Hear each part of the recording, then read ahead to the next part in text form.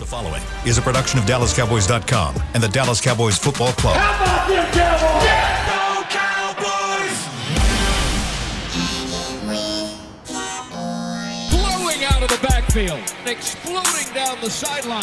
This is Hangin' with the Boys, presented by Wingstop, where flavor gets its wings. Now, your hosts, Nate Newton, Kurt Daniels, Jesse Holley, and Shannon Gross.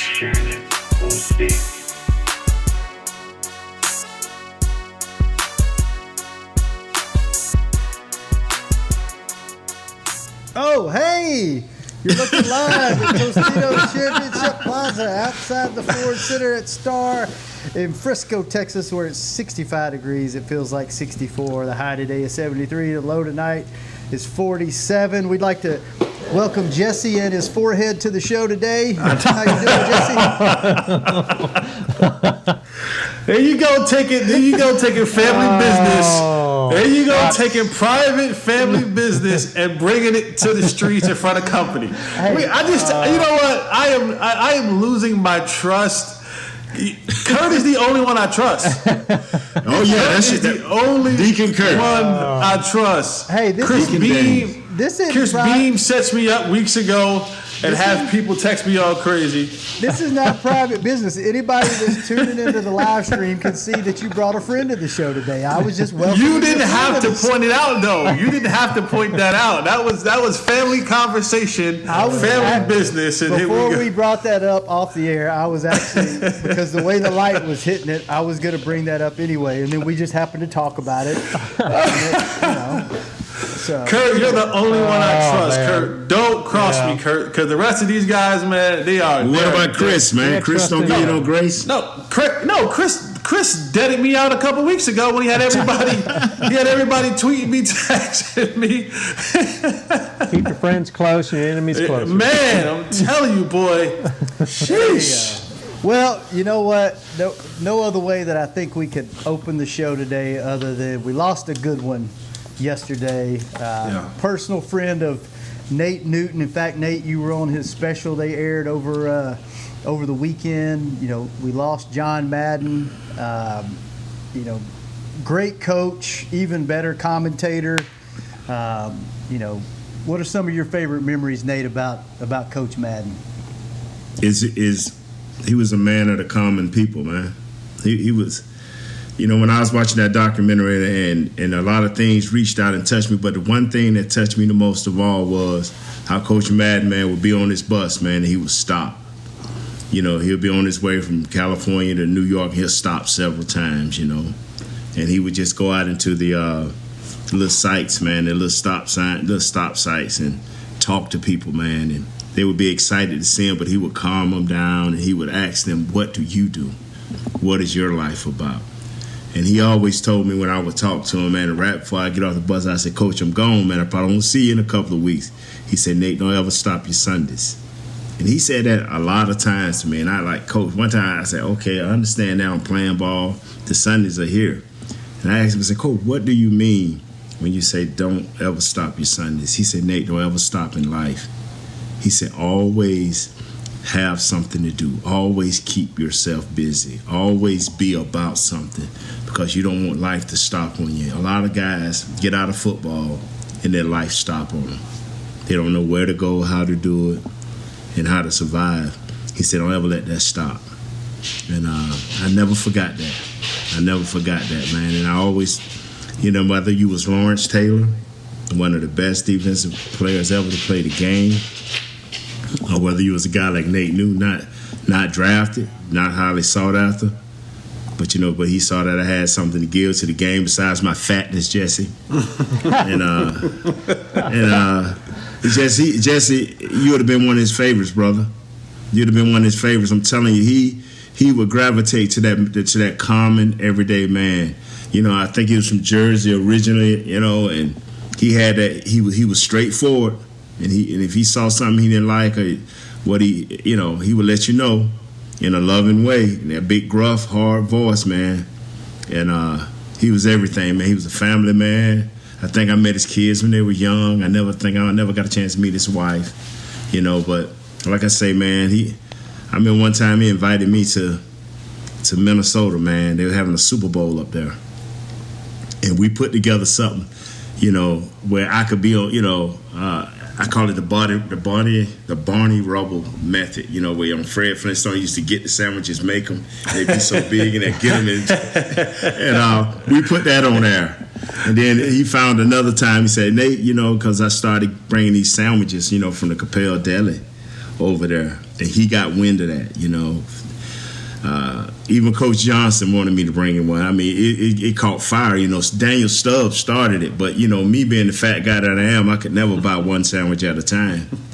And I started bringing them over to the fellas, and Coach Madden caught wind of that. Hey man, what about these sandwiches, man? I went to explain to him how they was made and how they was named after certain players. He said I would like one. So the next time they showed up, I brought him and his whole the whole staff, the whole TV staff, like 20 sandwiches, different sandwiches. And within a year, I was on TV doing it again, cooking this sandwich for Coach Madden and his peoples, man. And I'm telling you, man, he took a guy that was just another guy that was passing through the league and made him something special, man. And when you have a person like that, man, to take little things, that you say. And I just remember he was talking to Brett Favre when he first started out, and he was talking about one of Brett's uncles, and he had a physical, endowment about him. So, and he even turned that into something special. I mean, Coach Madden can take the smallest things and make it the biggest things. And I just want to thank him and his family and for sharing him with us, man. I mean, it's a lot of guys in the NFL, they hoorah, but it's only one guy that he touched every from the superstar, like a Troy Aikman, Lawrence Taylor, down to a Nate Newton, man. I'm telling you, he was great. He's the best. We'll miss you, Coach. He was always one of him and Pat Summerall, I think, are still my favorite broadcast team going way back. But I know you came in, we all know him as a Hall of Fame broadcaster, and I realized when you came into the league, Nate, his coaching career was already done, but do you have a sense of what kind of coach he was? Can you kind of share some of that a little bit? He was a coach, man. Like you said, he only had 3 rules: or be on time, do your job, and play hard when I ask you to. He did. Let me tell you something, man. He didn't like flying. I hated flying. I didn't have no other choice. That was a connection. He don't like, and when you saw him, everything was always loose. Coach, man, why you don't wear it? They don't want nothing to hold me down. I don't want nothing, whether it's tied up shoestrings, whether it's tight pants or a shirt. He was just so different. And when he talked to you, he had a way of telling you what to do without being ugly about it.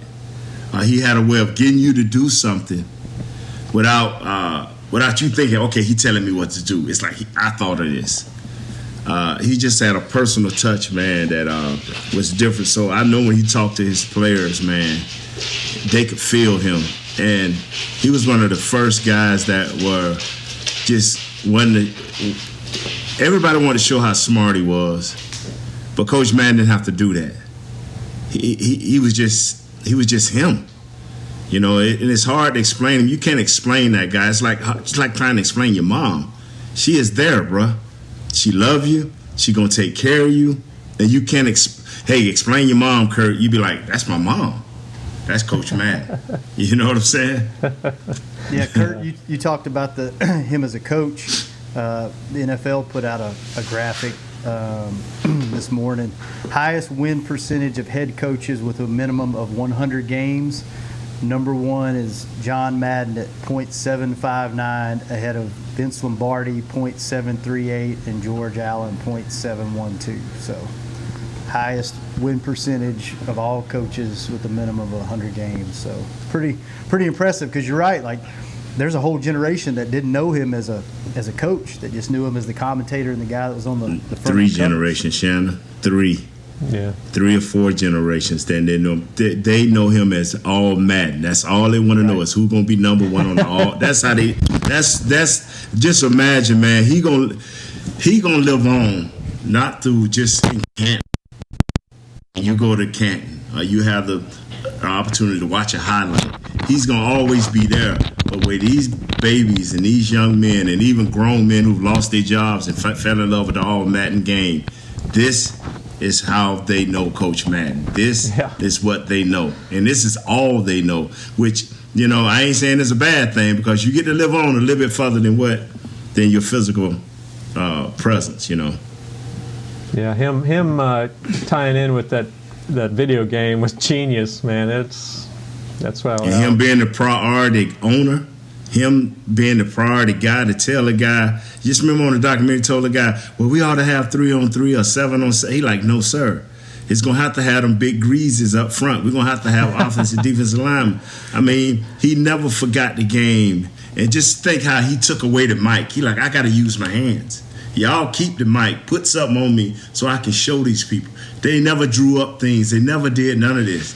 He just kept talking. He just kept innovating to the point where even the commissioner, would bring him into what do you think, John? What are some of your points? What do you think? And so when you have that type of impact, and when he went into the Hall of Fame, a lot of people, Shannon, like you said, they did not understand he was winning like that because, believe it or not, y'all, the Super Bowl wasn't a big thing early on.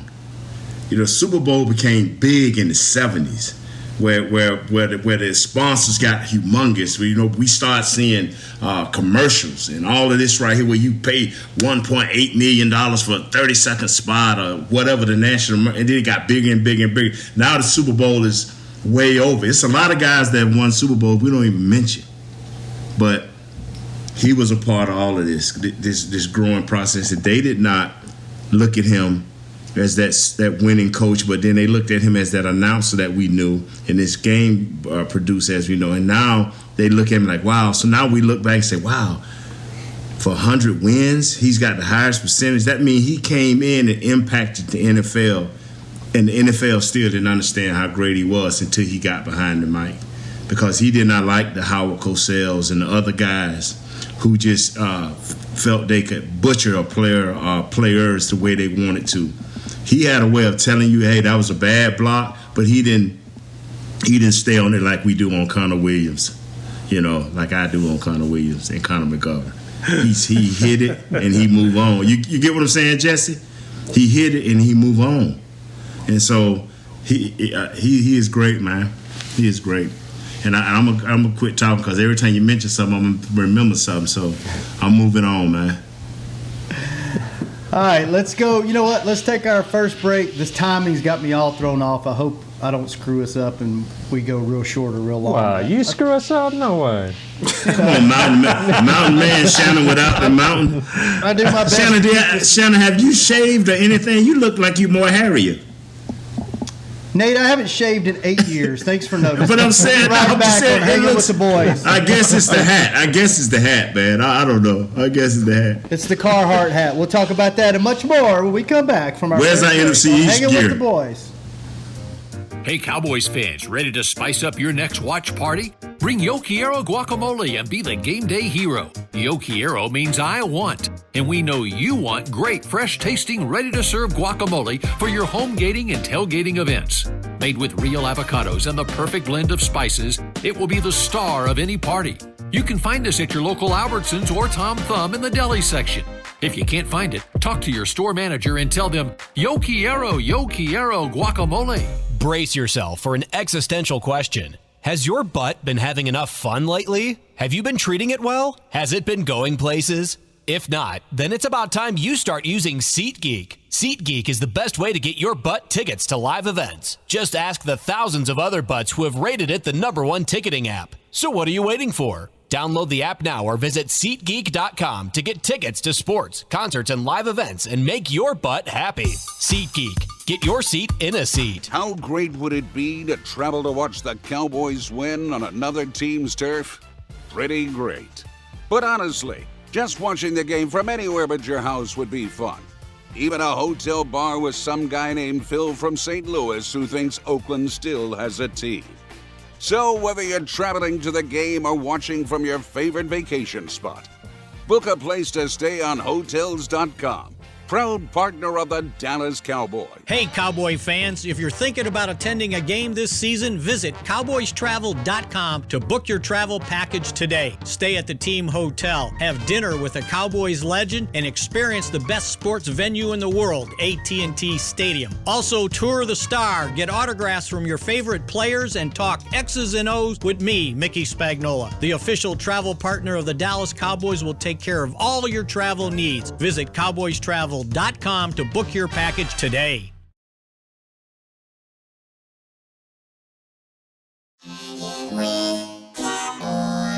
Back to Hangin' with the Boys.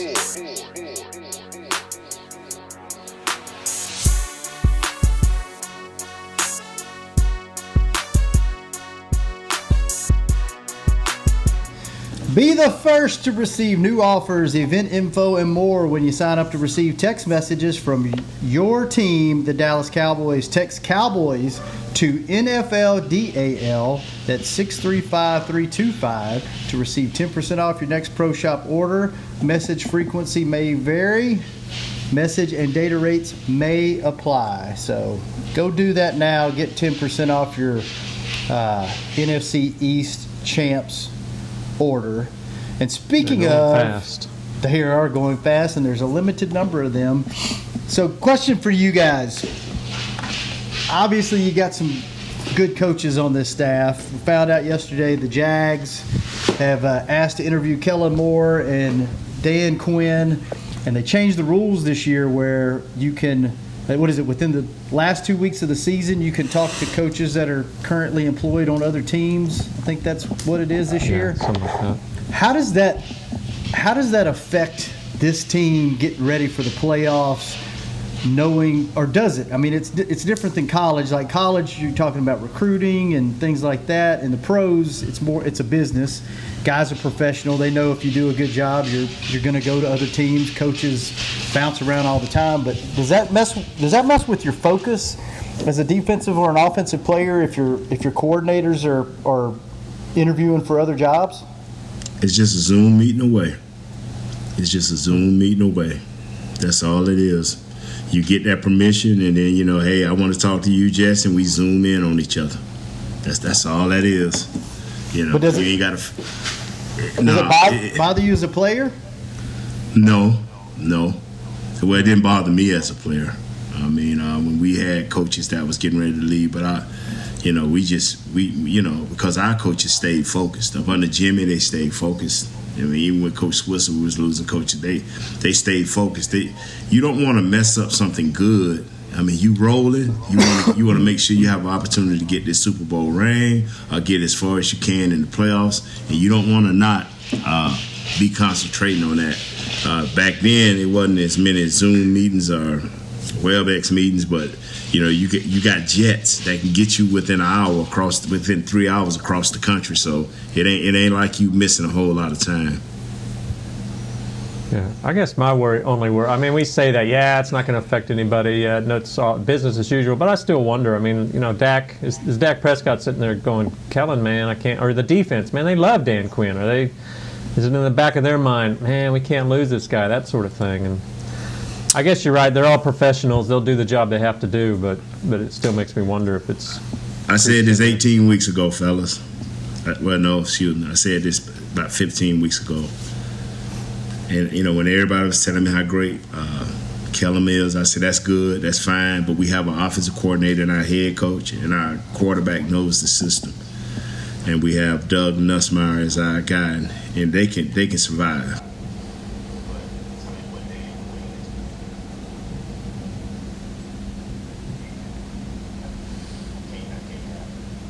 Hey, Chris, will you do me a favor? Take Jesse off mute, him and his forehead. Check in on him. I'm here. What do you think, Jesse? Who would you rather? Who would be the bigger loss? Quinn or Dan Quinn, without a shadow of a doubt. Dan Quinn, without a shadow of a doubt. It's Dan Quinn. I mean, this guy with I mean, outside of Micah Parsons and some spare parts, right, that he went and got from other places, he's taken this defense from franchise worse. This defense was historically in Cowboy history and in the NFL history one of the worst defenses in football. And less than a year, because we still got season left, he has added Michael Parsons, and again, added some spare pieces. It wasn't like he went wholesale and all of a sudden, revamped everything. He got rid of some guys. So I guess that's addition by subtraction. But he has legitimately made this defense into, we now have the defensive rookie of the year. That's the draft gods bless us with that. We have 2 candidates right now who are in the running for defensive player of the year. We have arguably the best bookend set of defensive ends. We have one of the best quarterbacks in the. I mean, you just look at what this team, and a lot of these pieces are carryover. So for me, it's the energy, it's the enthusiasm, it's the way that he did a 180 with this defense and has given it new life. That would be a bigger loss, because when you have a veteran quarterback in Dak Prescott and you have those weapons offensively, Mike McCarthy is very familiar with it. What's the guy, Shannon, Chris, or what's the guy that came over from New York? The old coach of it, the weird mustache McAdoo. and McAdoo's there, and Nussmeier's there. I mean, there's enough guys there offensively that if Kellen Moore, who to me, and this is I'm not hating, to me he wasn't the next best thing since sliced bread for me offensively, right? He's done some good things, but he's been playing with the loaded deck for a very long time. Like, he didn't have to walk into the situation and rebuild it. You got a franchise quarterback, franchise running back. You got one of the top receivers in the league. You had arguably a top 5 offensive line. You had great pieces all across the chessboard. All you had to do was just make the right moves and not allow you to get outplayed. For Dan Quinn to be able to do what he did, I think that'll be the biggest loss if one of the two had to go. Hey, while we're talking about coaching, this reminds me of a question that I wanted to ask last week.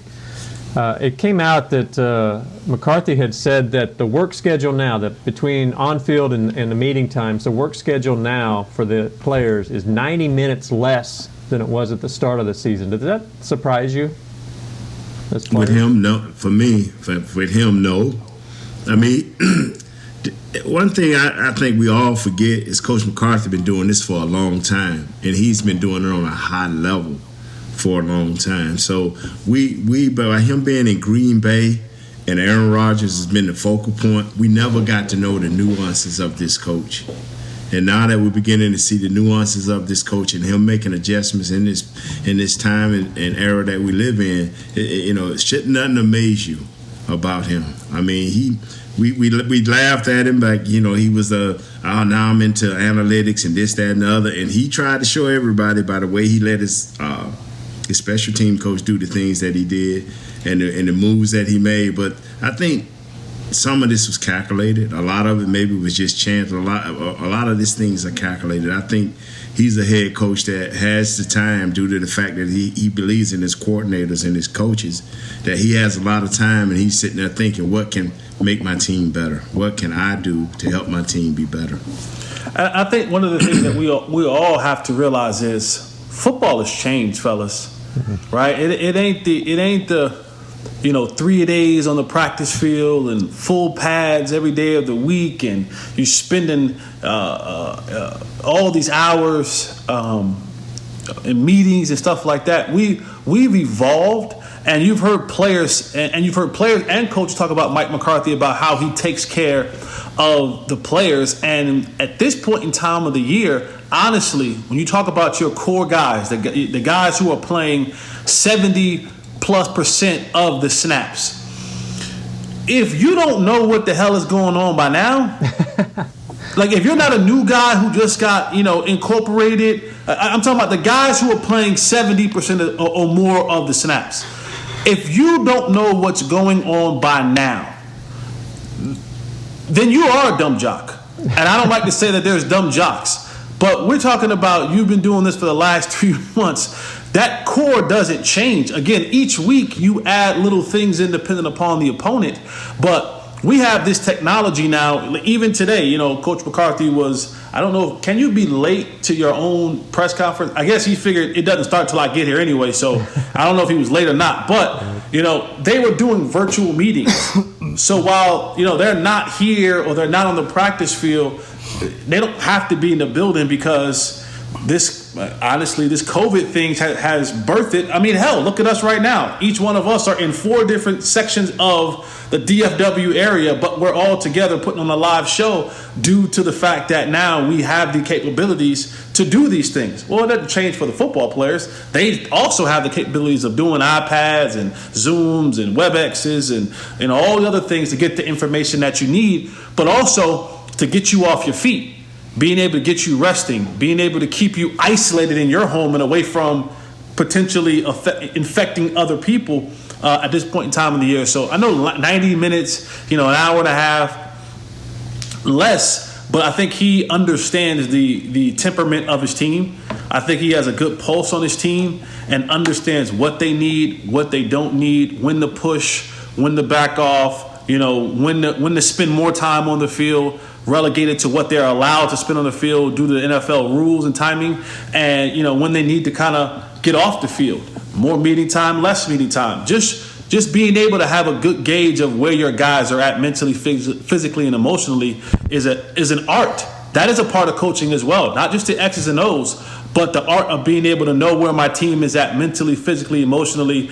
Are they beat down? Are they tired? Because if they are, then you get less productivity from them. If we're all mentally drained, then it does us no good to sit in that meeting for 2 to 3 hours because the information is not getting there anyway. So, take some time off, give me what you got, let's get as much as we can possibly can, and then be done with it. Like literally be done with it and allow you to go on to something else. And if guys have more questions or need more information, then they can come to you on a personal level and get that. But football has changed, fellas. Trust. One thing that you have to have, and one thing you have to build, is a trust in one another. Right now, everybody is trying to keep that trust in one another. Nobody has made that ultimate boo-boo move. So the trust is there that when we give you this time off, we trust that you're gonna value this time. And that's what Coach John, he did it in a brutal way. Coach Johnson did it in a brutal way because he did it through threats. I don't think Coach McCarthy do it through threats. He's a little more smoother than Coach Johnson when it comes to that. But it's all about the trust. Can I trust a young Parsons, to handle all of this free time? Can I trust the young Diggs to handle all of this free time? And so far they've done that. And they have gotten off their feet. They have been prepared. They have done the things they needed to do. All right, let me hold on before we go. Let me make one note about if one of these coordinators that decide to go and get another job anywhere. If I'm Dan Quinn, and I know all the fans are saying, hey, and I wish people stop doing this because. And let your fandom sometimes let it leak into reality.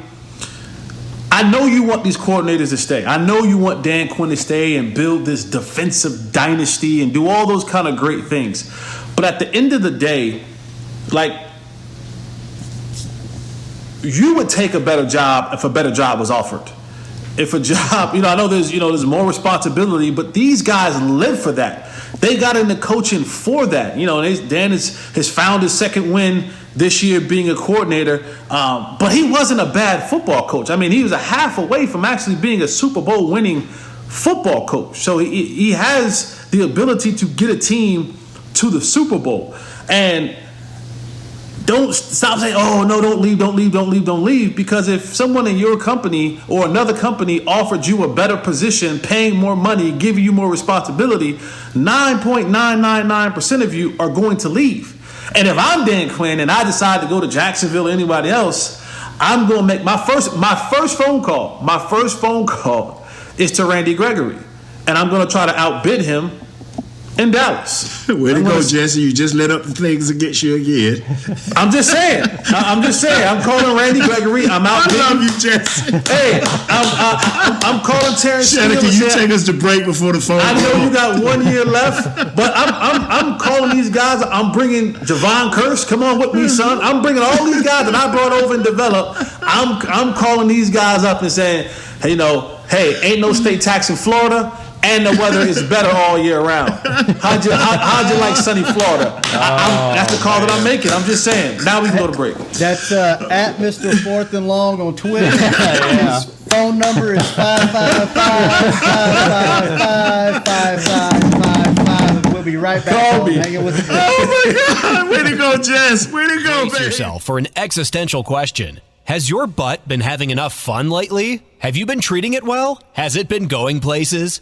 If not, then it's about time you start using SeatGeek. SeatGeek is the best way to get your butt tickets to live events. Just ask the thousands of other butts who have rated it the #1 ticketing app. So what are you waiting for? Download the app now or visit SeatGeek.com to get tickets to sports, concerts, and live events and make your butt happy. SeatGeek. Get your seat in a seat. It's game day. You know what that means. First, kebab prep. Steak, pepper, onion, steak, pepper, onion. Next, a counterclockwise lap around the room. Now the lucky grease-stained jersey goes on. And lastly, the dance. You know the one. This is a game day ritual no matter where you are. Whether you're traveling to the game or watching from your favorite vacation spot, book a place to stay on Hotels.com and keep the tradition alive and well. Hotels.com, proud partner of the Dallas Cowboys. At AT&T, everyone, new and existing customers, get our best deals on every smartphone. Why? Because you deserve it. We're turning your living room into your office and your gym. We're teaching Grandma how to video call and teaching her again. It's the button on your left, Nana. Okay, your other left. It's not complicated. Everyone deserves something new. So AT&T is giving everyone, new and existing customers, our best deals with every unlimited plan on every smartphone, even the latest ones. AT&T may temporarily slow data speeds if the network is busy. Restrictions and exceptions may apply. Hey, Cowboys fans, ready to spice up your next watch party? Bring Yo Quiero guacamole and be the game day hero. Yo Quiero means I want, and we know you want great, fresh-tasting, ready-to-serve guacamole for your home gating and tailgating events. Made with real avocados and the perfect blend of spices, it will be the star of any party. You can find us at your local Albertsons or Tom Thumb in the deli section. If you can't find it, talk to your store manager and tell them, Yo Quiero guacamole. Back to Hangin' with the Boys.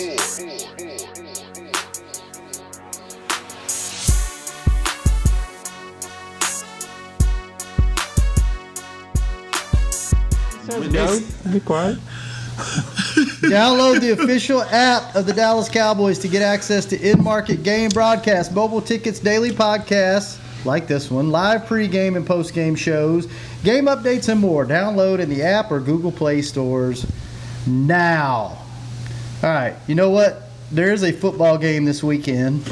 We are playing arguably the best opponent they've played in several weeks. Yeah. Yes, and two big names that stand out to me when I think Arizona Cardinals is one name that is burned into my brain that Nate helped do that with is Budda Baker. And if you've watched him this year, dude is a freak. He's on another level. And then Chandler Jones. So is there anyone else on defense we need to be worried about other than those two guys? I add Byron Murphy, Jr., cornerback. He's playing well this year. Jordan Hicks has always played well, the other safety. So, I'm telling you, man, those are the guys. They lost Marcus Golden I think that's his name. They lost him to COVID, so I don't know if he'll make it to the game or not. But he's out right now on the COVID list, so he's another guy that's a beast. They got a lot of guys that play a lot, and I think Coach Vance does a great Joseph does a great job of moving guys around, putting them in good matchups, but much like Coach Quinn. I mean, what's your thoughts on that, Jess? Jesse, why are you holding your little buddy up there? Hey, listen, he's cold. Just keeping him warm. Hey, man. That light shines bright.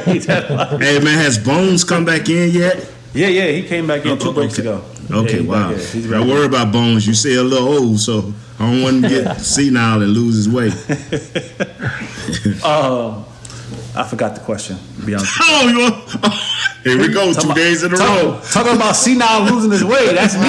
Forget Bones. That's the show. We're talking about their defense, and I was asking about Coach Vance Joseph.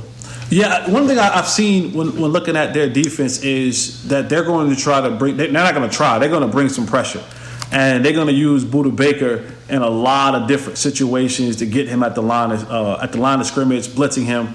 I think, to me, what they can do defensively, it only concerns me if that front gets off, right? If we're holding up front, then when they bring that extended pressure, we enjoy it. I want Coach Joseph to bring the pressure. I want him to blitz because Dak is honestly one of the best quarterbacks in the National Football League. I think he has 9 or 10 touchdowns this year from the blitz. Yeah, he's leading the league. So he's leading the league in touchdowns when he's blitzed. So bring it. That's where we thrive off best, because one thing that Dak does really well is he's able to identify where the blitz is coming and then get the ball out of his hands quickly. And now anytime you're talking about blitzing and bringing more guys up front than we can block, you have to trust your back end. And I like our guys, CD, Michael Gallup, Schultz, and of course Amari Cooper, one-on-one outside with any of their guys.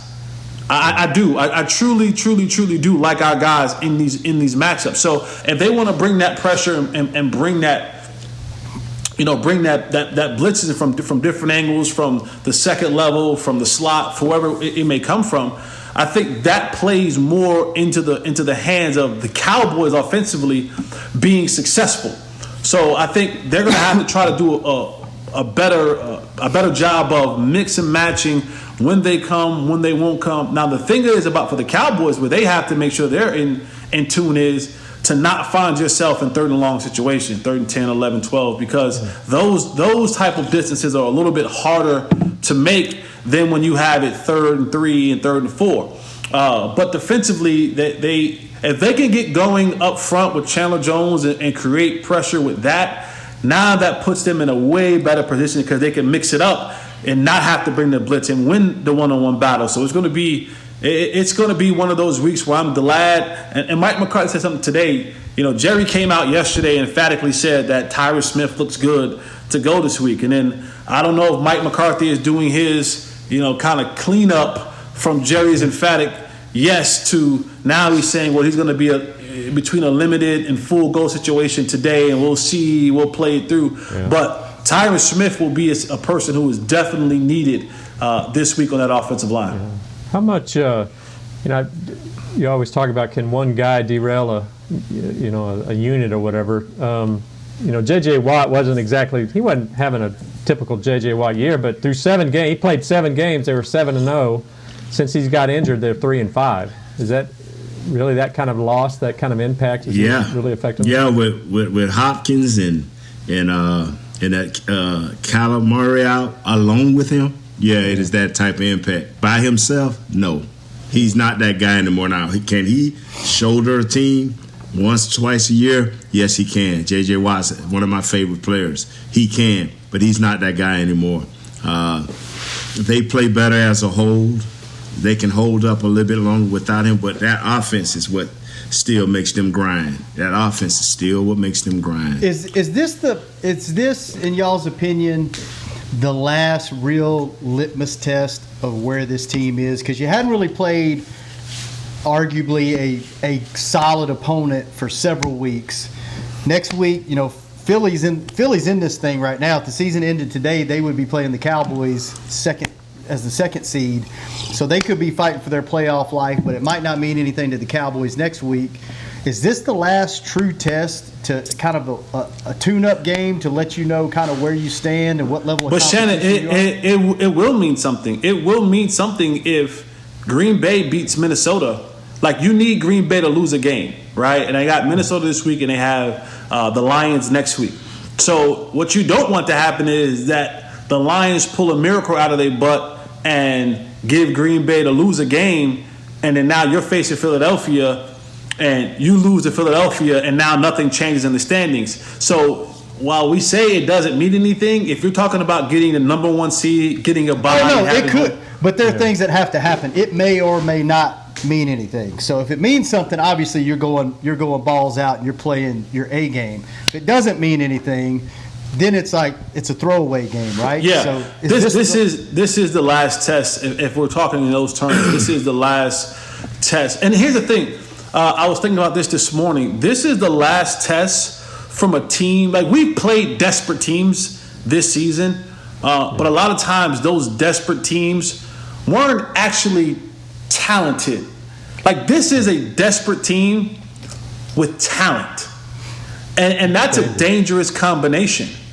And I'm not sitting here saying, oh, I'm just telling you, a desperate team with talent who. You always say you're when you have a losing streak, you're one game away from that ending. They want that on either side, of winning streak or a losing streak. You're one way. Something's probably gonna shake, right? You're gonna continue that losing streak. We'll continue our winning streak, or our winning streak will end and their losing streak will end.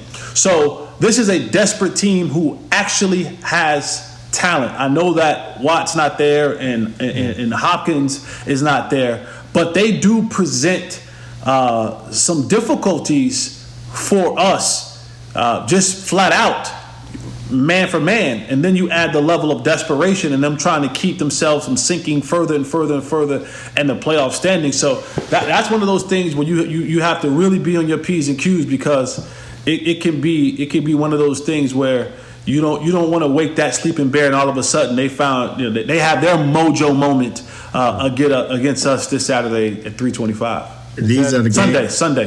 These are the games that we continue to talk about, where the talent is equal or better at some positions, and now it's about fun. This game here is truly about fun, about going out, showing the world who you is, taking this game and living on it. That's all this game about. We don't care how desperate they are. Okay, what that mean? That don't mean nothing. I mean, it shouldn't mean nothing to the Cowboys. Do your job. Do your job. Do your job. Show the world who you are. You've won 11, 12 games, and it has not been by just because everybody's been sorry. It's been because you are good. You've been doing the right things. You've taken care of yourself. And like Jesse said 8 weeks ago, maybe the Cowboys go through all the COVID and be the COVID-free team going into the playoffs. You are sitting in a position now where you can do all the things you need to do. Everybody's on display. Both offensive coordinators are on display. Our quarterback is on display. Our defensive unit is on display. Now is the time to show the world who you are. Go out and beat this team. I'll tell you what. Go ahead, Kurt. Well, when you are facing this kind of better opponent, like you said, Jesse, a desperate team, is it important to even more important to get off a fast start? That punch them in the mouth mentality? Yes. I do. I agree. A fast start is a must for this team, and this team actually it plays better. Like, it plays better when it gets off to a fast start, when it gets off to kind of getting their momentum going early in the football game. So, getting a fast start, giving yourself an advantage, because when you have a quarterback like Kyler Murray, and he gives you that dual threat of I can throw it a mile and I can run it a mile really fast. So, he's always just one play away. He's always like when you have a quarterback like Kyler Murray, he's always one play away by arm or by feet. And so you want to be able to start early and give yourself the opportunity to have some wiggle room, because Kyler can break one off for 60 yards. He's faster than your fastest guy at the quarterback position. He's as fast or faster than your fastest guy, whether that's linebacker, safety, cornerback. And then he can throw the ball. He got no problem throwing the ball. In fact, he likes to throw the ball 40, 50, yards down the field, those 50-50 plays down the field. So when you have the opportunity to really go out there and Jesse forgot what he was saying.